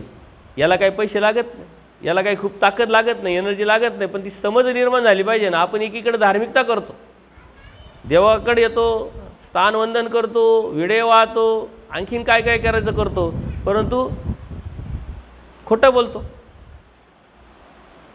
दुसऱ्याला नावं ठेवतो, याचे त्याचे इकडचं तिकडं तिकडचं इकडं करत राहतो. इकडं 2 तास तुम्ही देवपूजा केली आणि तिकडं ह्या गोष्ट केली तर त्याचा काय उपयोग होईल का? त्याच्यापेक्षा इकडं 2 तासाच्या ऐवजी 2 मिनटातच या देवावर डोकं टेकवा, प्रार्थना करा, तुमचे कर्म चांगलं राहू द्या. धर्मातला कर्म आपल्याला कळले पाहिजे. आपल्याला धर्मातले कर्म माहीत नाही आणि कर्मातला धर्म आपल्याला माहीत नाही. कर्म करायचे, कर्म तर आम्ही करतो, तुम्ही करता, पण तुम्ही आसक्ती, आम्ही अनासक्ती करतो, आम्ही लागले पण नाही आहे. आता इथं कार्यक्रमाचं नियोजन आम्ही एवढ्या लांबून 450 किलोमीटरवरून आलो प्रवास करत, बरोबर की नाही, आणि लागोपाठ कार्यक्रम चालू आहे, परंतु ही आमची ड्युटी, आमचं कर्तव्य. परमेश्वराचे आम्ही दास आहोत, त्या परमेश्वराने आम्हाला दिलेलं आहे का इकडं जायचं आहे, तिकडं जायचं आहे, तिकडं जायचं आहे. एखादा नोकरदार असतो, तो किती थकला असतो पण त्याला ड्युटीवर जावंच लागतं, तो थकवा सांगत नसतो. तसं आम्ही परमेश्वराचे दास आहोत आणि आमची ड्युटी आहे, कर्तव्य, या उद्देशाने आम्ही, त्याच्यामुळे थकवा काय आणि हे काय याच्यातून आम्हाला काय देव द्यायचा तो देव देणार आहे. परंतु तुमच्या गावामध्ये 95% उपदेशी लोक आणि 15 दिवसापासून 1 महिन्यापासून सर येऊन 4 वेळा मिटिंग घेऊन, रणजित येऊन 4 वेळा मिटिंग घेऊन तुम्हाला सांगितलं आहे, तरी तुमच्यामध्ये काही उत्साह आहे का? उत्साह असण्याचं नसण्याचं कारण काय? येतात बाबा, आले, येतील, काहीतरी सांगतील, जातील. आणि आले म्हणजे काहीतरी घ्यायलाच आले असतील, कारण आजपर्यंत कोणी असं बिगर घेण्याचं आलंच नाही. तुमची काय चुकी आहे बिचाऱ्यांची? त्याच्यामुळे आम्ही काही घ्यायला आलेलो नाही, आम्ही द्यायला आलो. काय द्यायला आलो? धर्मतत्वज्ञान सांगायला आलो. ही आमची ड्युटी करतोय. आमच्या देवाने आम्हाला सांगितलं आहे. हे मिशन आहे परमेश्वराचं. हे मिशन घेऊन परमेश्वराने अवतार घेतला आहे आणि मग कोणाच्या तरी माध्यमातून हे परमेश्वर कार्य करतात. त्या कार्याचा एक भाग म्हणून आम्ही इथंपर्यंत आलेलो आहे. आणि आल्यानंतर मग आम्ही अशी अपेक्षा नाही करत 95% लोक आहे, मग गावात गर्दीच असली पाहिजे, सत्संगाला यंग मुलंच असले पाहिजे, तरुण मुलं मुलीच असल्या पाहिजे, असा काही विचार नाही. 2 लोक 4 लोक असले तरी आम्ही सुरू करू. सुरू करताना किती लोक होते? आता तरी जरा बरे लोक वाढले. एक एक एक एक एक एक एक एक इकडं तिकडं कंटाळा आला, गरम आले, ऊन झालं, चला मंदिरात जाऊन बसू या उद्देशाने का होईना आले, पोरं आले. या ज्या गोष्टी आहे आम्ही कोणत्या हेतूने करतोय त्यानुसार आम्हाला भेटणार. तुम्ही कोणत्या हेतूने करताय त्या दृष्टीनं तुम्हाला भेटणार आहे. आणि हे करायचं आहे तर कसं करायचं? आवडीपूर्वक करायचं आहे, आपले म्हणून करायचं आहे. आवडीपूर्वक जेव्हा कराल तेव्हा तुम्हाला काही त्रास होणार नाही. बघा तुमच्या मुलाबाळाचं तुम्ही किती आवडीपूर्वक करतात, त्यांनी किती त्रास दिला तरी त्रास वाटतो का? कारण आपला आहे ना तो. दुसऱ्याचं थोडं सहन नाही करता, आपलं सारं सहन करतो. त्याला आपण आपलं म्हटलेलं आहे. आपलं म्हणून जेव्हा तुम्ही कराल तेव्हा तुम्हाला कळेल. आणि ते आपलं म्हणण्याची प्रवृत्ती ज्ञानातून येत असते, परमेश्वराने दिलेल्या तत्त्वज्ञानातून येत असते. पूजनीय माईम भटांचं चरित्र, आचार्यांचं चरित्र घडवलं मडवलं त्यांना. त्यांनी प्रश्न विचारले, त्याचं उत्तरं दिलं. चुका झाल्या तर शिक्षा पण केली. शिक्षा पण करून करून त्यांनी ते स्वीकारलं, माझ्या भल्यासाठी, माझ्या हितासाठी आहे. तेव्हा ते घडले बडले आणि देवाला प्राप्त करू शकले. आपल्याला तर आता मी थोडंसं जरी कडक बोललं तरी तुम्ही म्हणता नाही काही बाबा संध्याकाळी नाही जायचं. तुमच्या हिताचं तुमच्या भल्याचं आहे, परंतु समज नाही, आपले पण नाही, लागले पण नाही, अहेतुकपणा नाही आहे. दृष्टपर फायदा फायदा फायदा, किती फायदा. देव मिळावा म्हणून कधी विडा व्हायला आहे का? हात वर करा बरं, मला देव मिळाला पाहिजे, आता हा विडा करा, हात वर करा. कोणीच नाही. देव मिळावा म्हणून कधीच विडा व्हायला नाही. देव मिळावा म्हणून पंचावतार उपार केला नाही. देव मिळावा म्हणून बाबा आम्हाला देव मिळावा या काहीतरी पारायण करा, प्रार्थना करा, असं काही तुम्ही केलेलं नाही आहे. याचा अर्थ तुमची दृष्टपर भक्ती आहे. आणि दृष्टपर भक्ती ही परमेश्वराची नसते, दृष्टपर भक्ती ही देवतेची असते. कारण देवतेला ते देण्यासाठी नेमलेलं आहे परमेश्वराने. आणि दृष्टपर भक्ती करत असल्यामुळे ती देवता तुम्हाला देते. याचा अर्थ तुम्ही देवतेची भक्ती करताय. कोणासाठी भक्ती करताय? कोणासाठी भक्ती करताय? विडे ठेवताय प्रपंचासाठी. याचा अर्थ तुम्ही प्रपंचाची भक्ती करताय. परमेश्वर म्हणतात देवता भक्तीतून निघा, प्रपंच भक्तीतून निघा, जीव भक्तीतून निघा. मला मान पान पैसा अडका सर्व पाहिजे म्हणून मी माझ्यासाठी करतोय. या जीव भक्तीतून निघा आणि मग परमेश्वर भक्त तुम्ही व्हाल. आणि मग परमेश्वर भक्तीला तुम्ही लागाल, तेव्हा परमेश्वर प्रसन्न होईल आणि सहाय्य करेल. परमेश्वर भेटला तर सारंच भेटलं. एक राजा असतो, राजा. तो राजा काय करतो? गावात दवंडी पिटवतो आणि सांगतो की उद्याचा एक दिवस सर्व जनतेला मोकळं राजदरबारात यायचं, ज्याला जे पाहिजे त्यांनी ते घेऊन जायचं म्हटले. ज्यानं जे पाहिजे त्यांनी ते घेऊन जायचं. लोकांना वाटलं भारी आयडिया आहे. त्यांनी ते सारं मांडलं, सोनं नाणं हिरे माणिक मोती वस्तू 100 बडकर 1. त्याला वाटलं काय बघू आपण, आपल्या जनता किती हुशार आहे, किती काय काय लालच आहे, काय काय अभिलाषा आहे, काय काय नेत आहे, पाहू तरी म्हणे. राजा येऊन माझा खुर्चीवर बसला, दरबार खुल्ला केला, सारं गाव उलटलं. कोण काय घेतंय, कोण काय घेतंय. ज्याला 2 हात आहे तो किती काय वस्तू घेणार आहे? 2 वस्तू 3 वस्तू 4 वस्तू तो घेतोच आहे. पहिली घेतली का दुसरी पडती, तिसरी सांडती, पण ओढायचं काम चालूच आहे, वरवडायचं काम चालूच आहे. पण एक मुलगी असते, ती हुशार असते. राजाने काय सांगितलंय? ज्याला तुम्ही हात लावाल ती तुमची वस्तू, ज्याला तुम्ही मागाल ती तुमची वस्तू. ती दरबारात येते आणि त्या वस्तूंना हात नाही लावत, ती डायरेक्ट राजालाच हात लावते. राजा माझा, राजा माझा म्हणल्यानंतर राजाच्या साऱ्या वस्तूसुद्धा माझ्या, सारे ठेवा खाली आणि रिकाम्या हाताने निघा बाहेर. आपल्याला देव भेटलाय, देव समजलाय, देव कळालाय. एकदा का देव मिळाला का सारं तुम्हाला भेटणार. जे प्रापंचिक जे तुम्हाला आज मिळवत आहे, मिळालंय, मिळवण्यासाठी विडे वाहिले, खटी केल्यास सेवना केली, हे तुम्हाला मिळणारच आहे. पण कधी मिळणार आहे? जेव्हा तुम्ही देव व्हावा या उद्देशाने निघणार आहे, तेव्हा देव भेटावा या उद्देशाने भक्ती करायला लागणार आहे. जे तू देशील ते माझं. देव म्हणतात इथं आहे कोणाचं? सर्व तर सगळंही माझंच आहे, पण मी देईल ते तुझं. पण देवाकडून आपल्याला पाहिजे नाही आहे, माझंच मला पाहिजे. पण देवाला सांगून सांगून कंटाळून तरी तुमच्या मंदिरात मला नारळ वगैरे बांधलेले दिसले नाही का? आहे बांधेल? आहे का? तिकडे आहे का? कोपऱ्यात एकदम गुपचूप. आता सारं गाव सदन देव भेटला, देव कळाला, सारं भेटलंय. नारळ कशासाठी बांधले? नाताचं लग्न व्हावं. आता जर त्यातल्या चिठ्ठ्या जर काढल्या ना तर गमतीशीर चिठ्ठ्या आहे. मी करत राहतो कधी कधी चिठ्ठी राहते, नाताचं लग्न व्हावं, नातीचं लग्न व्हावं, नोकरी भेटावा, पोरगं चांगलं वागावं, सुनानी मला चांगलं सांभाळावा, याच्यासाठी सुद्धा विडे राहते. याच्यासाठी सुद्धा नारळ बांधेल राहते. नवस फेडील, म्हातारीने नवस फेडेल राहतो, बांधेल राहतो नारळ. पण कोणाला सांगत नाही नवस काय. नवस फिटला फेडायचा म्हणते, फेडायचा म्हणते. देव मिळवा, सारं मिळेल. देव मिळवण्यासाठी प्रयत्न करा, आस करा, प्रार्थना करा, सारं मिळेल. स्मरण करा, सारं मिळेल.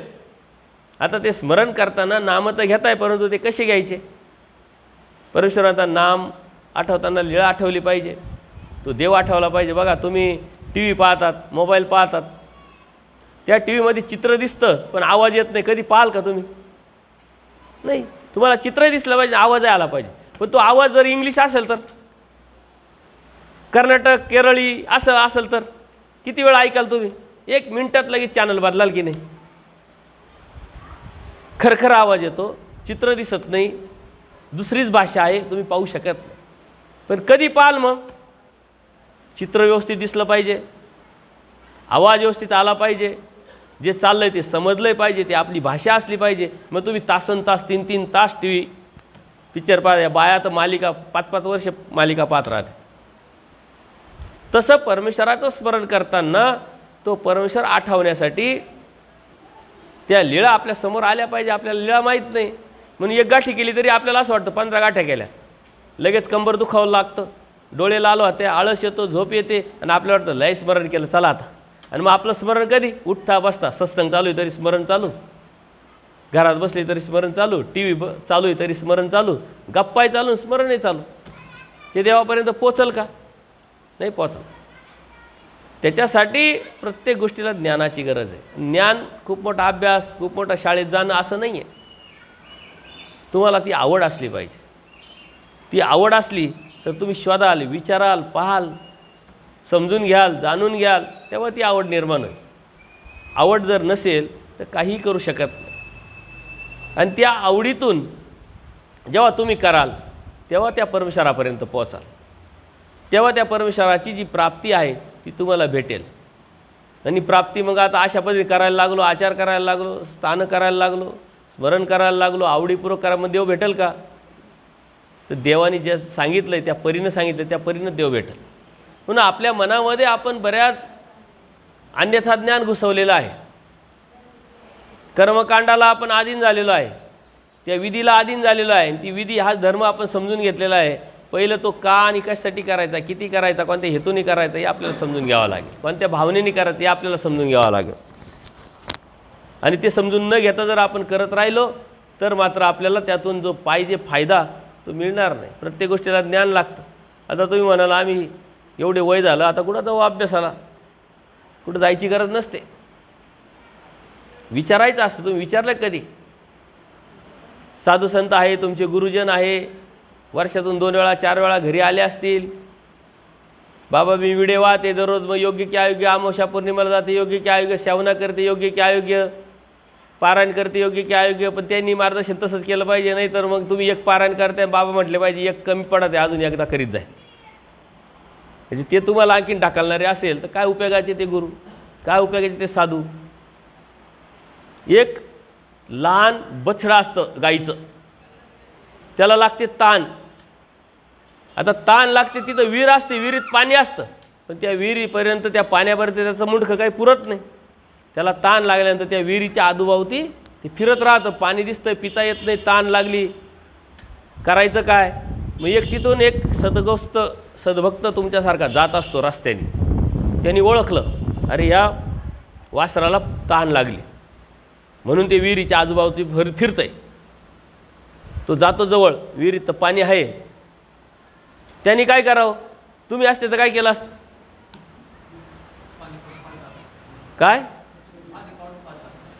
पाणी काढून पाजलं असतं त्याला, का त्या वासरालाच पाण्यात टाकून दिलं असतं?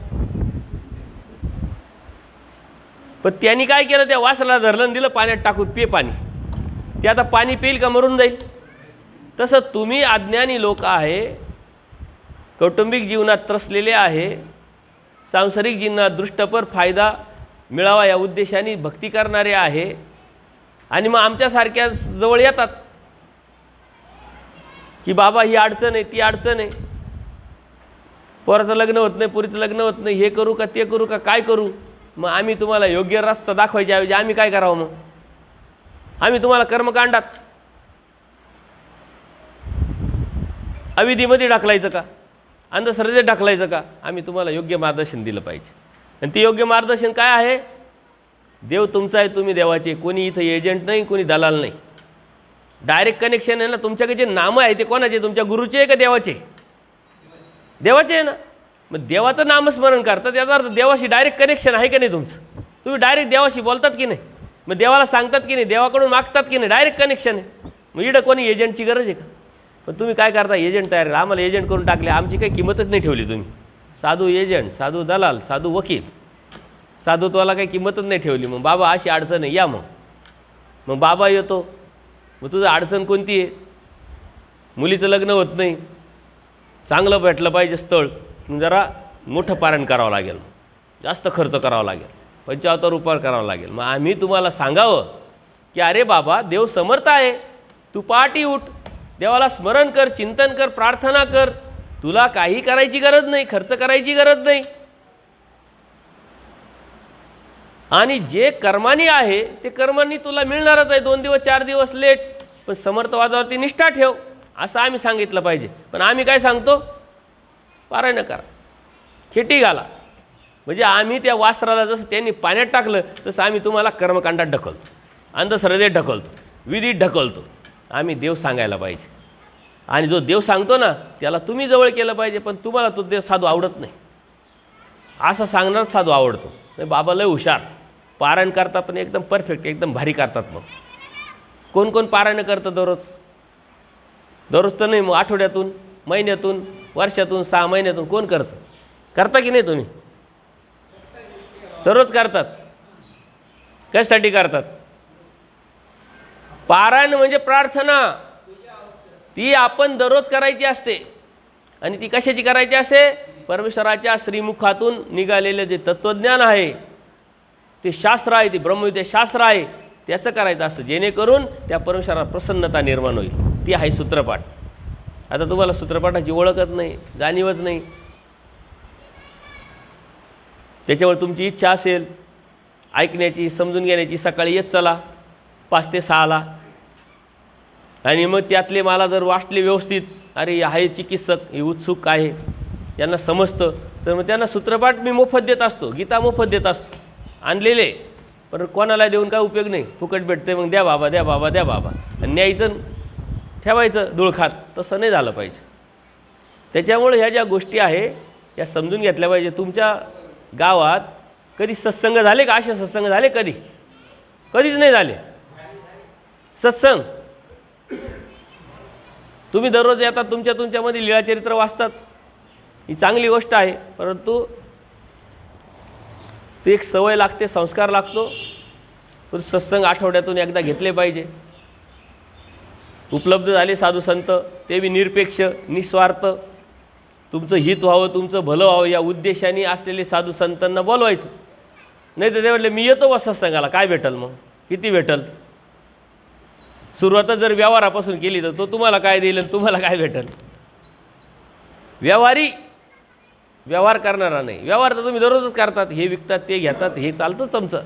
आम्ही बी तेच करायला लागलो तर नाही भेटलं तर सरांना बोलवा, सर तयार आहे बघा, विचारा त्यांना, आले की नाही? 2 झाले सत्संग. संभाजीदादा विचारा, रणजितला विचारा, येतील ते सर्व. टीम तयार झाली आहे. सरांचं एवढं वय आहे तरी तळमळ किती, धडपड किती आहे. तरुणाला लाजवेल असं, आपण तर तरुण आहे तरी ढ्यापाळलो. ते सतत मला तळमळ करत राहतात, बाबा प्रत्येक तालुक्यात जायचं, प्रत्येक गावात जायचं, सत्संग घ्यायचे. का त्यांना काही स्वार्थ, काही फायदा आहे? पण ती जाणीव आहे धर्माची. ती तळमळ कुठून येते? जाणीवेतून येत राहते. एखाद्या माणसाने आपल्यासाठी काही जरी केलं तर त्याची किंमत आपल्याला कळते, आपण त्याच्या ऋणात राहतो, ती तळमळ करतो, आभार मानतो की नाही. त्यांना धर्माची जाणीव आहे, त्या जाणीवेतून ते धडपड करतात, प्रयत्न करतात. म्हणून अशा लोकांना तुम्ही बोलवा का? तुम्हाला जर सर आले काही त्यांनी भाड्याचे पैसे मागितले कधी? काय अपेक्षा केल्या? तुम्ही काही गंधाक्षता लावला त्यांना, पूजा केली, संकल्प सोडला, काही पुरणपोळी काही 5 पाकवानं खाऊ घातलं, फुकट फाकट? देव सांगायला आला, आदर करून त्यांना बोलवायचं, त्यांना जवळ करायचं, त्यांचे सत्संग घ्यायचे. परंतु कंटिन्युटी चालले पाहिजे, सातत्य चाललं पाहिजे. महिन्यातून एकदा तुम्ही कोणताही दिवस ठरवा, अमावस्या ठरवा, पौर्णिमा ठरवा. पौर्णिमेला लोक येतात, मग ते एक निमित्त दरवर्षी तुम्ही करू शकतात. मग कधीतरी साधू संतांना बोलू शकतात, कधीतरी आणखीन दुसरे वासनिक आहे, भरपूर मंडळी आहे, ते येऊ शकतात. परंतु अभ्यासक्रमानुसार पहिलीत गेला तर पहिलीतून दुसरी, दुसरीतून तिसरी, डायरेक्ट 10वीत जाता येतं का? नाही. स्टेप बाय स्टेप धर्म समजून घेतला पाहिजे. या कर्मकांडातून, या विधीतून, या अंधश्रद्धेतून, या अज्ञानातून, गैरसमजातून आपण जोपर्यंत निघत नाही तोपर्यंत धर्मापर्यंत आपण पोचू शकत नाही, देवापर्यंत आपण पोचू शकत नाही. आणि जोपर्यंत पोचत नाही, समजत नाही, कळत नाही, तोपर्यंत आपल्याला त्यातून मिळणारी जी स्वस्थता आहे, जी शांतता आहे, जो लाभ आहे, तो आपल्याला भेटू शकत नाही. उपदेश घेणं म्हणजे काय? हे सारं सोडणं, समजून घेणं आणि त्या एक परमेश्वराला एकनिष्ठ शरण जाऊन एकनिष्ठ भक्ती करणं. इतकं सोपं आहे. परमेश्वराने एकनिष्ठ भक्तीची अपेक्षा केलेली आहे. एकनिष्ठ म्हणजे मग काय? कोणते कर्मकांड न करणं. मग तुम्ही पितृपाठ तर करतात, लक्ष्मीता भरावतात, बसवतात, परंपरेचे उपदेशी आहे. अजून काय काय करतात? अमावस्या पौर्णिमा पाळतात, ज्योतिषशास्त्र जातात, कुंडल्या काढतात, करतात की नाही? काय काय करतात? पितृ करतात की? हां, आता पितृ कोणाचे करतात तुम्ही? हां, काय? अख्खं गाव करत. अरे आई, अख्खं गाव कर. आता ते करतात म्हणून मग आपण करायचे का? समाजामध्ये तर दारू पिणारे लय लोक आहे, मग ते दारू पिता, आपण दारू पितो का? नाही पित ना. आपल्याला कळतं चांगलं काय वाईट काय. धर्मतत्वज्ञान काय सांगतं? जन्माला आलेला मनुष्य मरतो, मेलेला मनुष्य जन्माला येतो. आता तुम्ही इकडं पितृ करतात तेव्हा त्याचं तिकडं काहीतरी चालू असतं ना. जसं तुम्हाला उदाहरण देतो बघा.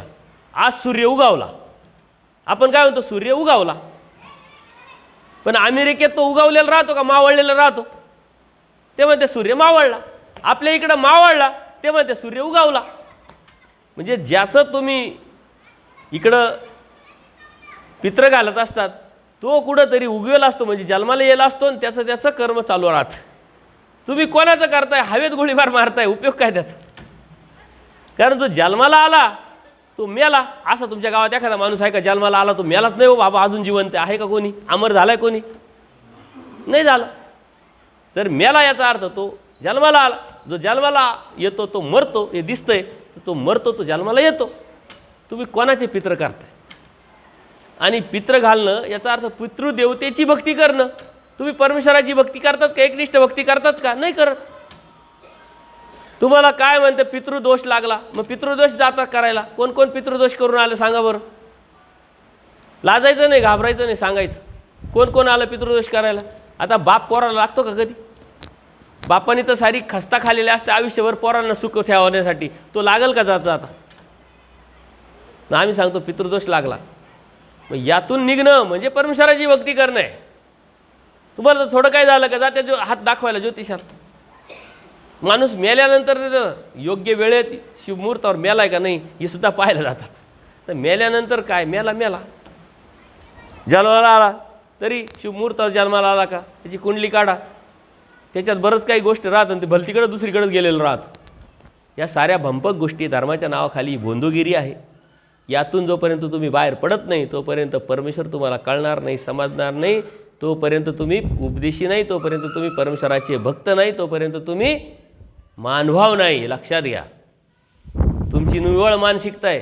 तुम्ही तर सारंच कर्मकांड करतात. अजून काय तुमच्या इकडं काय बसवतात?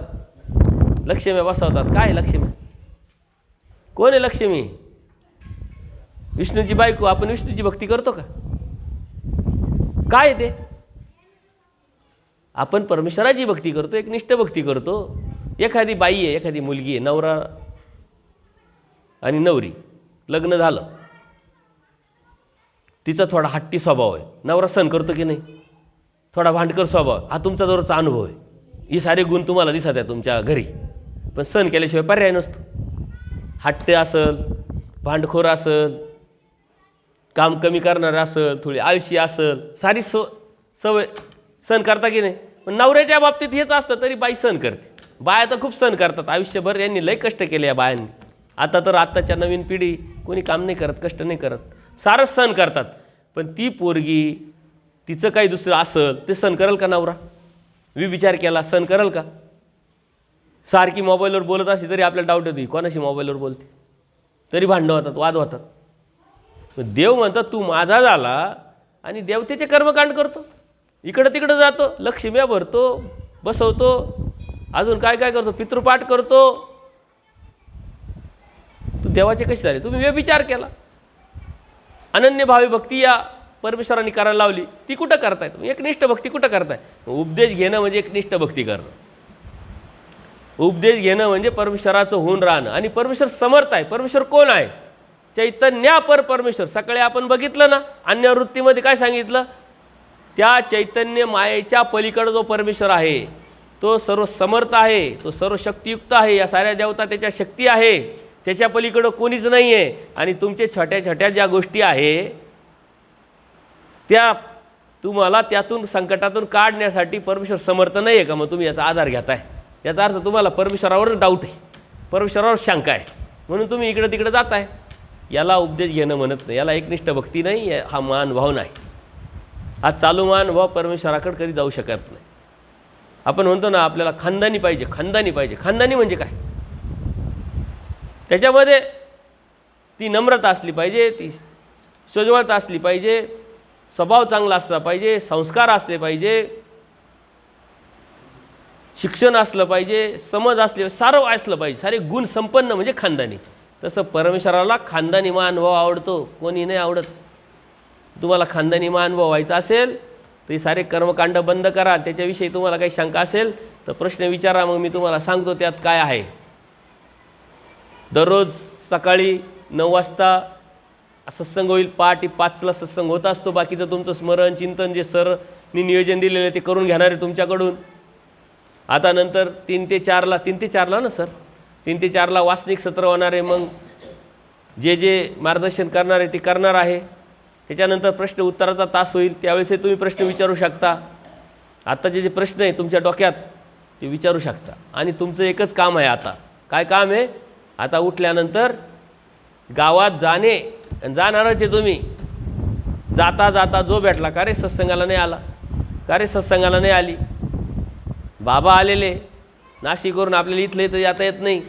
मग आपले नातू असेल, आपली नात असेल, आपले पोरं असेल, आपली सून असेल, सर्वांना सांगणे आणि बरोबर घेऊन येणे. संध्याकाळच्या सत्संगाला गर्दी झाली पाहिजे, मंदिर भरलं पाहिजे. न उद्या सकाळी 5ला बी तुम्ही भरपूर आले पाहिजे, 9ला बी आले पाहिजे. इथं नाश्त्याची व्यवस्था, जेवणाची व्यवस्था, चुलबंद आवता ना तुम्हाला. टेन्शन काय आहे? घरी काहीच करायचं नाही ना सर, बरोबर ना? सर्वांना जेवणाचं आहे ना? जे इथं येतील त्यांना जेवणाचं आहे. नाही तर मग जेवणाच्या वेळेस फुल गर्दी. आणि आपलं असंच होतं आहे, सत्संगाला 550, जेवणाला 200 लोक. तुम्ही उद्या उभे राहिले पाहिजे. ए सत्संगाला होता का? नाही ना, चाल जेवण तुला भेटणार नाही.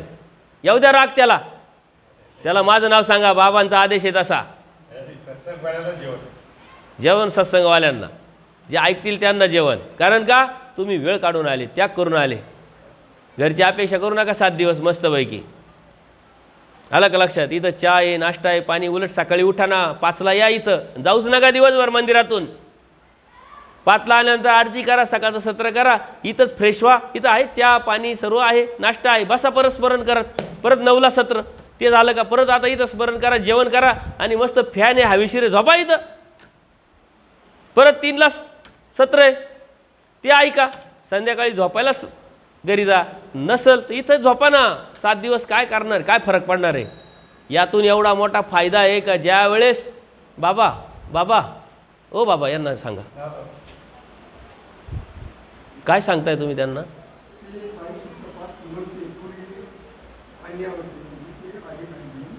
हां हां हां आली का नाही विचारताय. ठीक आहे ठीक आहे, काय हरकत नाही.